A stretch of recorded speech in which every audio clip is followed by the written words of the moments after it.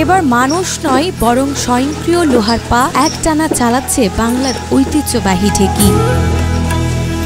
যশোরের সদর উপজেলার পশ্চিম চাঁদপাড়া গ্রামে ঐতিহ্যবাহী ঢেকিতে আধুনিক প্রযুক্তির স্পর্শ দিয়েছেন কাঠমিস্ত্রি মাহবুবুর রহমান। এখন এই রাইস মিলের দাপটে কালের বিপরীতে এগুলো কিন্তু হারাই গেছে। আমি আসলে এই চিন্তা ভাবনা করে এই ঢেকিটা আসলে মানুষবিহীন চলে ভাবে পার দিতে পারে সেটা চিন্তা ভাবনা করে আমি করলাম আর কি। মানুষের পায়ের চাপের পরিবর্তে বৈদ্যুতিক মোটরে চালিত এই অভিনব ডিজিটাল ঢেকি এখন ধান থেকে চাল ছাড়াই আতপ চালের গুঁড়া, চিড়া ও হলুদের গুঁড়া প্রস্তুত করছে অল্প সময়ে।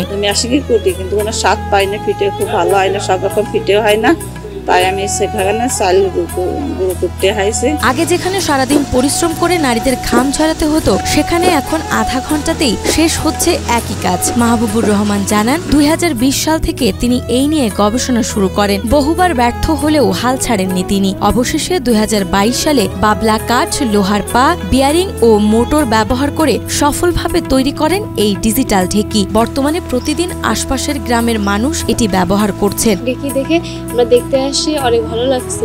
খুব স্বাদ হয়, ফিটে সব রকম ফিটে হয়, এই জন্য আমি এখানে আসি। প্রতিদিন এই ঢেকিতে 5 থেকে 6 মণ ধান ছাঁটাই এবং প্রায় 100 কেজি চাল গুঁড়া করা সম্ভব। তিনি প্রতি কেজি ধান বা চাল গুঁড়ার জন্য নিচ্ছেন 20 টাকা। তবে 2.25 লাখ টাকা খরচে উদ্ভাবনটি তৈরি করায় তিনি এখন ঋণগ্রস্ত।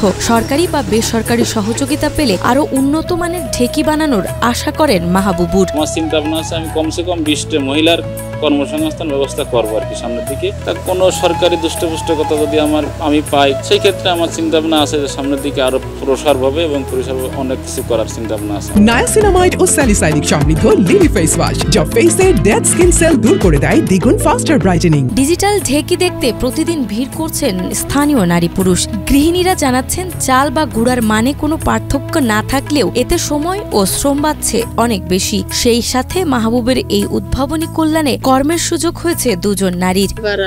ঝালের গুঁড়া করে, এতে কোনো ভেজাল নেই, খায়ে খুব শান্তি লাগে। পায়ে পড়াতাম দেখি, এখন পায়ে পড়ানো লাগে না, দেখি ডিজিটাল দেখি কারেন্টে চলে। আমাদের এখন কোনো কষ্ট হয় না, আসলে আমাদের সংসার ভালোভাবেই চলে। স্থানীয়দের মতে এই ডিজিটাল ঢেকি শুধু নারীদের কষ্ট কমাচ্ছে না, গ্রাম ঐতিহ্যকে নতুনভাবে ফিরিয়ে আনছে। এমন উদ্ভাবনীতে আবারও বাংলাদেশ সমৃদ্ধ হোক, এমনটাই প্রত্যাশা সকলের।